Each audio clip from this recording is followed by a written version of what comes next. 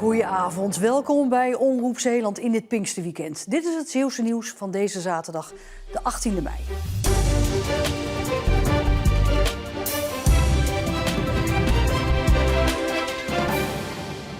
Opnieuw is er vrijdagavond in Vlissingen geschoten. Daarbij zijn geen gewonden gevallen.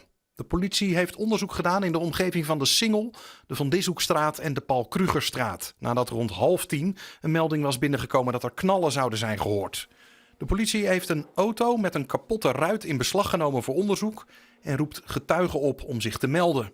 Het is de 4e keer deze week dat er in Vlissingen wordt geschoten. Maandag en dinsdag waren er al incidenten in de buurt van het Pablo Picassoplein, de Hercules Zegerslaan en de Scheldestraat. Naar aanleiding van de reeks incidenten hebben de burgemeester, het Openbaar Ministerie en de politie extra maatregelen aangekondigd.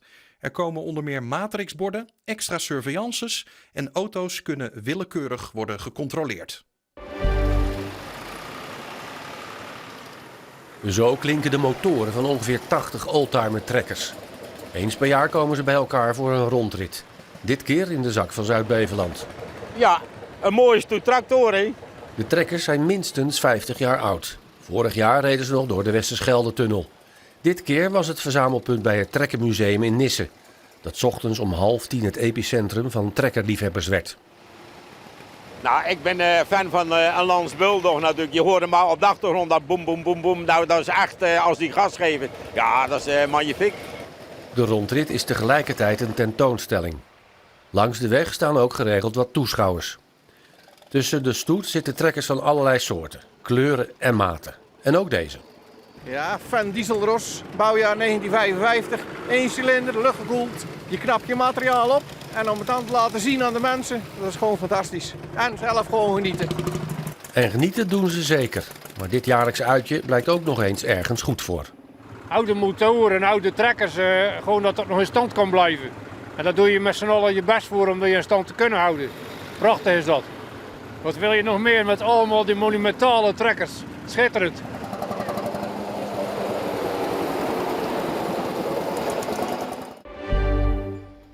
De leerlingen van de Don Bosco School in 's Heerenhoek gaan iedere vrijdag aan de slag met oude apparaten om ze een nieuw leven in te blazen. Repair Café in de klas heet het. En met dit project heeft de school de Kringlogoprijs van de Zeeuwse Milieufederatie gewonnen. De leerlingen zelf vinden het in ieder geval heel erg leuk om te doen. Wat is er mis mee? Hij doet het niet, ook als je hem in stopcontact zet. Wat vinden jullie ervan? Heel leuk, En wat vinden jullie er zo leuk aan? omdat je daar kan repareren en dan kan je er wat van leren. Ik vind het leuk omdat je kan leren hoe het werkt. Bijvoorbeeld draadjes, dat zit in andere zit dat ook wel eens. Dus dan weet je welk draadje wat betekent. En een begeleider hoopt dan ook dat meer scholen dit voorbeeld volgen. Dat het een soort olievlek wordt over heel de provincie of misschien nog verder. Dat overal gerepareerd wordt en dat de kinderen heel erg veel plezier hebben in het repareren van dingen. Hij roept alle scholen op die geïnteresseerd zijn om een keer langs te komen om te komen kijken.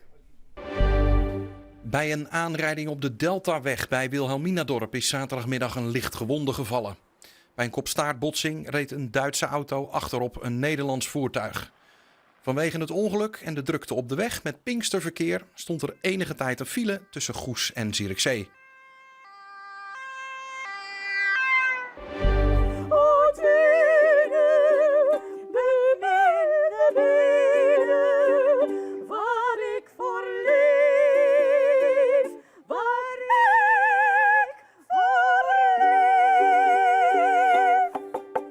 Liefhebbers, of juist nieuwe ontdekkers van klassieke muziek, kunnen dit weekend hun hart ophalen in de ateliers, kerken en op de pleinen van Groene.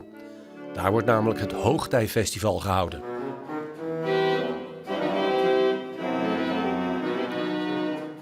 Hoe is het om op dat Hoogtijfestival op te treden?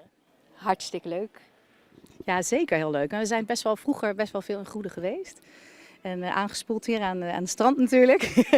Dus het was echt weer feest van thuiskomen hier. Dus helemaal warm onthaal en ja, helemaal leuk. Ja. Ik heb echt als missie om die klassieke muziek, die scheiding tussen andere stijlen, een beetje ongedaan te maken. Zodat het voor iedereen toegankelijk is om hierbij te zijn en alles heel laagdrempelig te maken. Dus er is muziektheater, er is film, er zijn jong talenten, Zuid-Amerikaanse muziek, Franse chansons, echt van alles. Het festival duurt tot en met zondag. En als het aan de organisatie ligt, is dit niet de laatste keer. Wat maakt het Hoogtijfestival nou zo'n mooi festival? De combinatie van de mooie muziek en de verschillende stijlen en deze plaats, Groede, dat dit het decor is, het schilderachtige. En ik zie hoe verrijkend het is voor iemand. En het zijn gewoon de mooie dingen van het leven, denk ik, die je mee kan pikken op deze manier. De ochtend startte bewolkt met nevel en nog een enkele bui. Dit was halverwege de ochtend alweer verdwenen. Maar het duurde toch nog wel iets langer voordat de zon zich liet zien vandaag, waardoor de temperatuur iets minder hoog opliep dan verwacht en daardoor bleef de buiigheid grotendeels uit. Vanavond en vannacht blijft het droog en er kan wat nevel of een mistbak ontstaan met een minimumtemperatuur van rond de 11 graden. Morgen lijkt een vrij zonnige dag te worden, met vooral in het binnenland in de middag kans op een regen- of onweersbui. Het wordt 19 graden aan de kust tot zo'n 22 graden in het binnenland. De wind die waait matig uit de noordelijke richting. Dan de vooruitzichten. Tweede Pinksterdag lijkt erg op eerste Pinksterdag. Een graad of 19 met veel zon en in de middag kans op een bui. Dinsdag wordt het een paar graden warmer, maar in de avond nadert er een storing uit het zuidoosten en die zorgt dinsdagavond en woensdag waarschijnlijk voor veel regen. Al zijn de timing en de koers van dit lage drukgebied nog vrij onzeker. Dit was een korte Zeeland nu. Zometeen Zeeland de Week met daarin een overzicht van het belangrijkste en opvallende Zeeuwse nieuws van de afgelopen week. Dus heel graag tot zometeen.